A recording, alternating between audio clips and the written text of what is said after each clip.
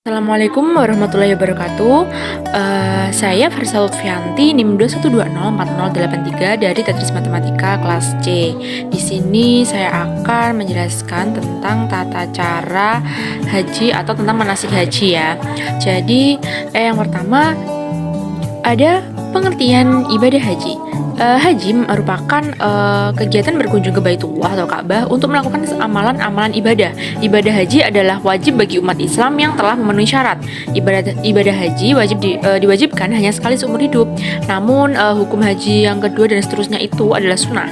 Tapi bagi mereka yang bernazar haji, hukum haji itu menjadi wajib akibat nazar. Adapun tata caranya yakni memakai pakaian ihram, niatan ihram, wukuf di Arafah, mabit di Muzdalifah dan Mina, melemparkan jumrah, tawaf di Ka'bah, sa'i dan tahallul. Kemudian selanjutnya ada pelaksanaan ibadah haji. Ibadah haji dilaksanakan pada bulan haji atau Dzulhijjah, tepatnya ketika waktu wukuf di Arafah tiba atau 9 Dzulhijjah ya. Hari 10 Dzulhijjah itu dan hari-hari tasyrik 11, 12 dan 13 itu rangkaian ibadah haji itu sudah dimulai sejak Syawal, Dzulqa'dah dan Dzulhijjah. Kemudian tata caranya, tata cara manasik haji itu yang pertama yaitu memakai pakaian ihram. Pakaian ihram bagi laki-laki berupa 2 lembar kain lebar untuk menutupi pundak dan bagian bawah panggul seperti layaknya sarung. Laki-laki dilarang mengenakan pakaian yang berbentuk lekuk tubuh termasuk pakaian dalam. Kemudian yang kedua ada niat ihram haji. Pelaksanaan ihram paling lambat tanggal 9 Dzulhijjah pada mikot yang telah ditentukan.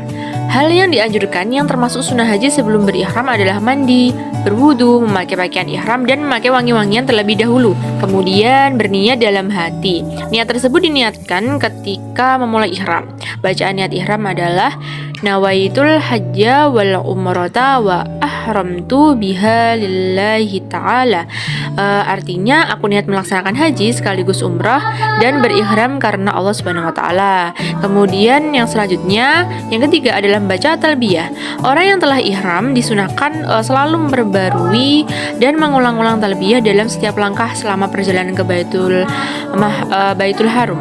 Saat jalan melandai, menanjak atau selama dalam kendaraan, terutama ketika mulai berdesakan dan berkumpul di antara lautan orang-orang yang melaksanakan ihram. Talbiyah adalah bacaan yang disunahkan ketika seseorang telah niat haji dan umrah. Hukum membaca talbiyah adalah sunnah muakkad. Bacaan talbiyah adalah labbaik Allahumma labbaika labbaika la syarika laka labbaik innal hamda wa ni'mata laka wal mulk la syarika lak. Artinya, aku datang memenuhi panggilanmu ya Allah, aku datang memenuhi panggilanmu, aku datang memenuhi panggilanmu, tidak ada sekutu bagimu, aku datang memenuhi panggilanmu, sungguh segala puji, nikmat dan segenap kekuasaan adalah milikmu, tidak ada sekutu bagimu. Kemudian yang keempat ada wukuf di Padang Arafah. Berkumpul di Padang Arafah beberapa saat yang dinilai dari tergelincirnya matahari pada saat tanggal 9 Dzulhijjah hingga menjelang fajar tanggal 10 Dzulhijjah. Wukuf dapat dilakukan di mana saja asal masih di tanah Arafah. Selama menunggu waktu masuk wukuf, jamaah haji itu hendaknya banyak zikir kepada Allah dan membaca takbir, tahmid, istighfar dan bacaan-bacaan lain sampai masuk waktu wukuf. Saat-saat waktu wukuf inilah merupakan inti dari kunci ibadah haji. Saat wukuf, jamaah haji dianjurkan banyak membaca doa berikut. Allahumma lakal hamdu kalladzi naqulu wa khairan mimma naqul. Allahumma laka salati wa nusuki wa mahyaya wa mamati wa ilaika mabi wa laka rabbi turathi. Allahumma inni a'udzubika min adabil qabri wa waswasatis sadri wa syatatil umri. Allahumma inni a'udzubika min syarri ma taji'u bihi riyah. Artinya, ya Allah, bagimu pujian seperti yang kami ucapkan dan lebih baik dari apa yang kami ucapkan. Ya Allah, untukmu salatku, ibadah hajiku, untukmu kehidupanku dan kematianku, dan kepadamu kami akan kembali. Untukmu kami tunjukkan ibadahku, ya Allah. Kami berlindung kepadamu dari siksa neraka, dari hati yang ragu, dan dari cerai berainya urusan. Ya Allah, aku berlindung kepadamu dari hal yang buruk yang didatangkan oleh angin. Kemudian yang kelima itu adalah ada mabit di Muzdalifah.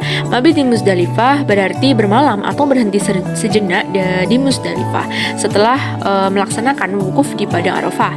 Sambil bagi yang belum melaksanakan sholat maghrib dan isya itu dapat melaksanakannya dengan cara berjamaah khasyar, yaitu maghrib 3 rakaat dan isya 2 rakaat. Di Muzdalifah jamaah haji juga mengambil batu kerikil 49 butir atau 70 butir untuk melempar jumrah di Mina nantinya. Di Muzdalifah jamaah haji melakukan mahid minimal sampai telah melewati waktu tengah malam. Namun yang lebih utama, mabit dilakukan sampai selesai salat subuh. Setelah itu jamaah menuju Mina sambil membaca talbiyah dan berzikir. Kemudian selanjutnya ada yang keenam itu melontarkan jumrah akobah. Melontarkan jumrah akobah itu setibanya di Mina ya. Setelah meletakkan barang bawaan di tenda, itu jamaah bersiap-siap melontarkan jumrah akobah pada saat tanggal 10 Dzulhijjah dengan 7 batu kerikil, dan setiap lemparan disertai dengan bacaan Bismillahi Allahu Akbar. Artinya dengan nama Allah dan Allah yang Maha Besar. Waktu melontar jumrah itu biasanya sudah diatur oleh pemerintah Arab Saudi agar tidak berdesak-desakan. Kemudian yang ketujuh ada tahallul awal.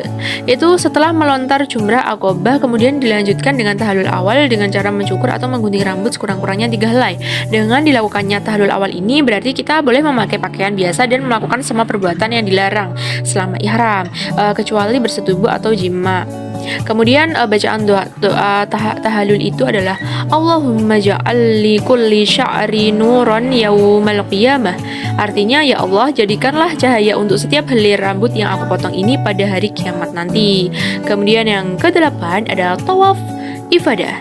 Bagi jemaah haji yang telah melakukan tawaf ibadah pada hari itu juga tanggal 10 Dzulhijjah, itu dapat langsung pergi ke Mekah untuk melakukan tawaf, yaitu mengelilingi Ka'bah sebanyak 7 kali. Dimulai dari arah yang sejajar dengan Hajar Aswad dan berakhir di sana pula. Kemudian bacaan doa tawaf itu Subhanallahi walhamdulillahi wa la ilaha illallah wallahu akbar wa la hawla wa la quwwata illa billahil aliyyil azim. Wassalatu wassalam ala Rasulillah sallallahu alaihi wasallam. Allahumma imanan bika wa tasaddiqan bi kitabika wa wasfa'a bi'idhaka wattaba'an li sunnati nabiyyika Muhammadin sallallahu alaihi wasallam. Allahumma inni as'alukal afwa wal afiyah ad-daimata fid dini wad dunya wal akhirah wal fauza bil jannati wan najati minan nar. Artinya, Maha Suci Allah, segala bentuk pujian hanya pantas disanjungkan kepadanya, sebab tiada Tuhan selain Allah, Zat yang Maha Besar.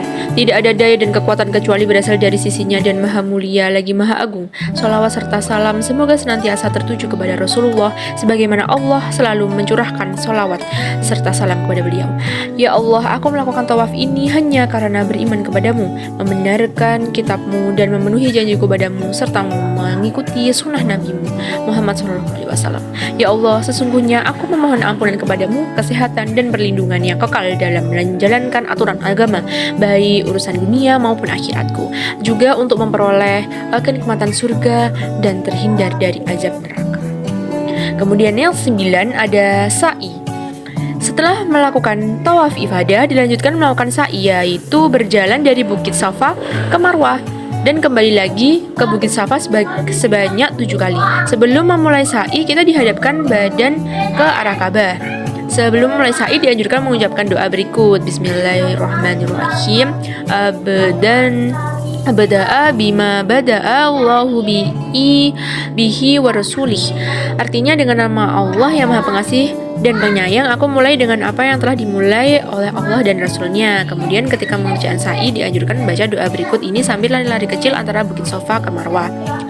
Allahu Akbar, Allahu Akbar, Allahu Akbar, Allahu Akbar kabira walhamdulillahi katsira wa subhanallahi bukratan wa asila. Artinya, Allah Maha Besar, Allah Maha Besar, Allah Maha Besar, Allah Maha Besar.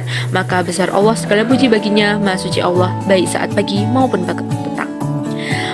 Yang ke-10 ada tahallul kedua, yakni setelah melakukan sa'i kemudian dilanjutkan dengan tahallul kedua atau tahallul tsani. Dengan tahallul ini berarti seorang yang telah melakukan 3 perbuatan, yakni melontar jumrah akobah, tawaf ibadah dan sa'i. Dengan demikian, bagi suami istri terbebas dari larangan untuk berhubungan suami istri. Yang ke-11 yaitu mabit di Mina. Setelah tiba di Mina, jamaah haji itu bermalam di sana selama 3 malam. Jamaah berada di Mina sejak tanggal 10 sampai tanggal 12 atau 13 Dzulhijjah. Pada tanggal 10 Dzulhijjah, para jamaah melempar jumrah akobah, sedangkan pada tanggal 11 Dzulhijjah barulah mereka melontar 3 jumrah, yaitu ula, wusta, dan akobah, masing-masing 7 kali dengan menggunakan batu kerikil. Hal yang sama dilakukan pada tanggal 12 dan 13 Dzulhijjah. Namun ada juga pada para jamaah yang melontar ketiga jumrah hanya sampai pada tanggal 12 Dzulhijjah sore harinya, dan kemudian mereka meninggalkan Mina menuju Mekah. Hal ini disebut nafar awal, sedangkan para jamaah yang melakukan pelontaran jumrah sampai tanggal 13 Dzulhijjah sore harinya mereka disebut nafar tsani. Dengan selesainya kegiatan di atas, bagi mereka yang mengerjakan haji tamattu dan haji qiran, selesaikanlah seluruh rangkaian kegiatan ibadah haji dan kembali ke Mekah. Akan tetapi bagi mereka yang mengerjakan haji ifrad, masih diharuskan mengerjakan umrah, yaitu dimulai dengan ihram untuk umrah, lalu tawaf, sa'i, dan diakhiri dengan tahallul. Setelah selesai umrah berarti selesailah seluruh rangkaian kegiatan hajinya dan dinamakan haji ifrad. Terima kasih. Sekian dari saya. Apabila ada salah kata mohon dimaafkan. Wassalamualaikum warahmatullahi wabarakatuh.